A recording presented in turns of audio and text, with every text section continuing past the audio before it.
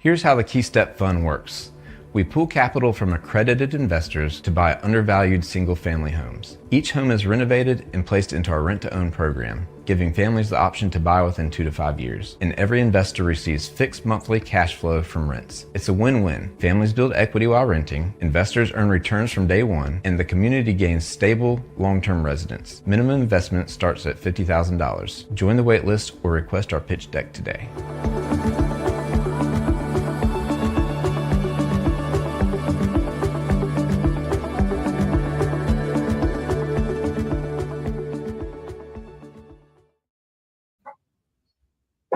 Hey guys, how you doing? Thanks for joining me for another Ask Me Anything. Doing this every Thursday. Sorry, we'll say Thursday at 2 p.m.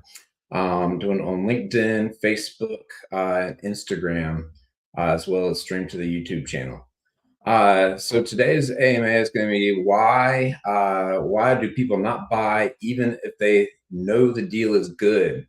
And I'm telling you, this AMA is going to be all about self-confidence and discipline. So the biggest reason, as you might have guessed, is that the folks don't buy even if a deal is good, is because they are questioning themselves.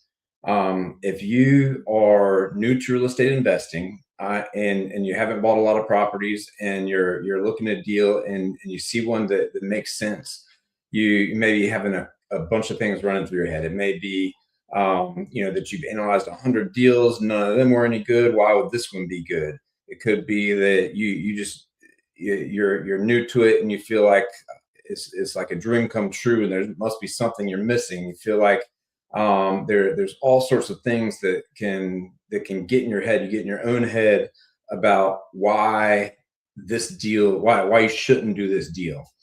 And so there's no catch-all solution to that. But the biggest thing you can do is to be self-disciplined. If you are following your rules and you set your standards and you say, I'm not going to buy a property that's outside of this parameter or that parameter, and you stick to that, then all you can do is just follow those rules and you'll be successful. Now, don't get me wrong, your very first deal, you might want to bring somebody into it for a second set of eyes or something like that, but make sure you're not getting stuck in this analysis paralysis. So, that's the other reason that's highly related to the lack of self-confidence in your real estate underwriting is that you're underwriting it too hard. You may see it's a good deal. You may have the confidence it's a good deal, but you say, okay, it meets all these parameters except for this one. Well, that's fine. If that's what you previously set, is that it has to meet all these parameters and it either does or it doesn't, then don't buy the deal. But if it meets all the parameters that you've set as being absolutely necessary, then buy it. If it's your first deal, you're going to make mistakes. The idea in real estate investing is that you're buying at enough of a discount that you can afford one or two mistakes. You just can't afford 5.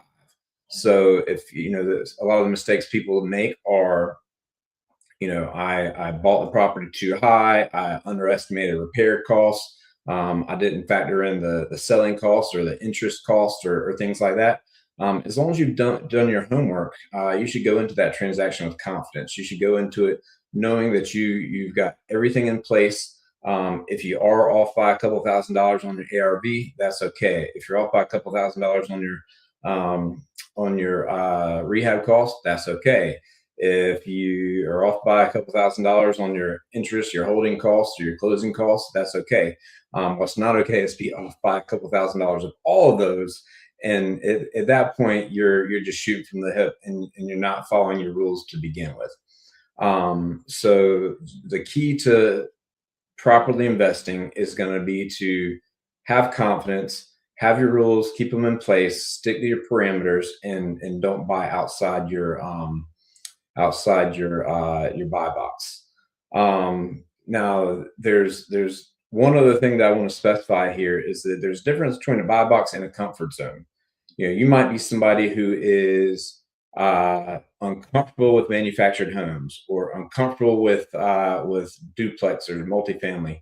uncomfortable with properties on the coast or something like that. Um, just because you're uncomfortable with it does not mean you should not buy it. If it meets all your parameters, you should pull the trigger. You should not hesitate. If you hesitate, that's how you lose deals, because they're going to bring that deal to somebody like me, and I'm not going to hesitate. I'm going to pull the trigger and I'm going to buy it.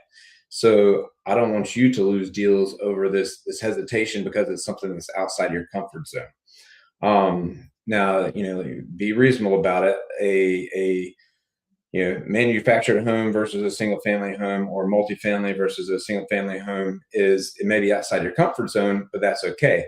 But if you're talking about self storage versus a single family home, now that's a totally different asset class, and that's not a comfort zone issue. That's underwritten in a totally different way, or commercial properties in general are underwritten in a totally different way and are going to have a different buy box and different parameters. But as long as you're within the same asset class, if a deal looks like a deal, you should jump on it. Folks who are more experienced in real estate still have this problem. When they see a deal, they know it's a deal, and they want to hop on it, but they keep thinking of ways to talk themselves out of it. They think, oh, I saw that one comp that just didn't support what I'm hoping for. As long as you found three or four comps that do support what you're expecting, then you should be good to go. It's very likely that one comp that you're finding was either a, a handshake deal, a couple of friends getting together, or it could have been some kind of distressed situation. You don't know all the details that are on the backside of that deal. So don't let one bad comp throw you off when you see three or four good comps.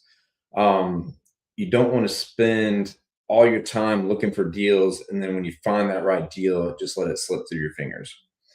But the gist of what I'm getting at here, all these AMAs all relate back to my strategy and the Key Step Fund, and my networking efforts here. And what I like to tell people is that the reason I can move so quickly on properties is because I have my parameters set. I have my buy box set. I know what I'm willing to buy. I know what I'm not willing to buy. I know when I run comps on a property that if there aren't enough comps in the area that give me confidence that this is worth what it is, then I either don't buy it, or I offer so low that I'm bound to make money, even if things aren't exactly what I think they are.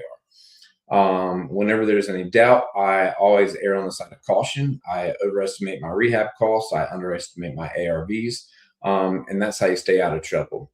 So, especially when you're investing with other people's money, you've got to keep these parameters in place, and you've got to stay extra diligent and extra vigilant, and diligent.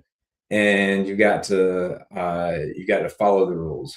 Any shooting from the hip or anything outside the rules really gets you in trouble. So we have a buy box. We have parameters that we will not bend and we will not go outside of. And that's how we make money. That's how we keep things moving. And that's our bread and butter. So I will go ahead and take a couple of questions.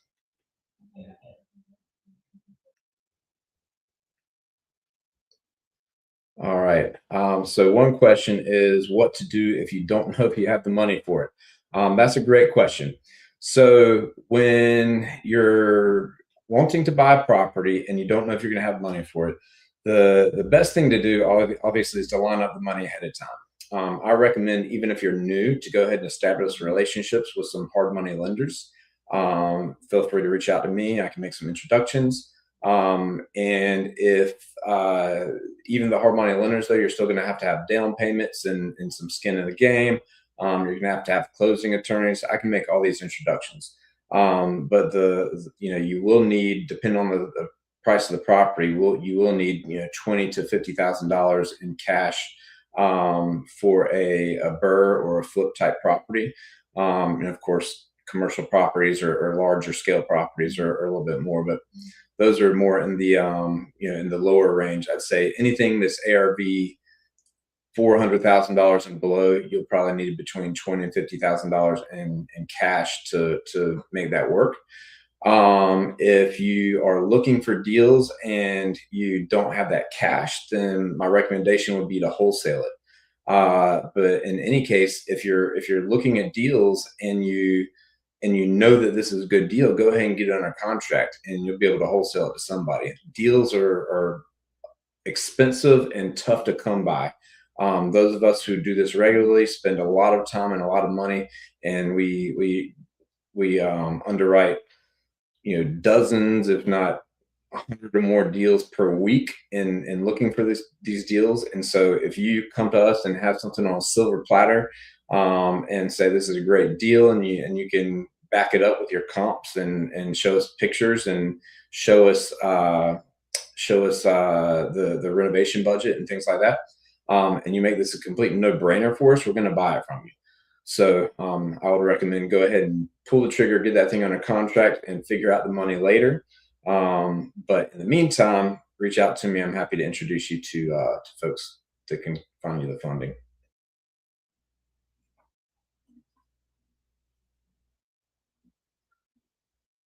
All right.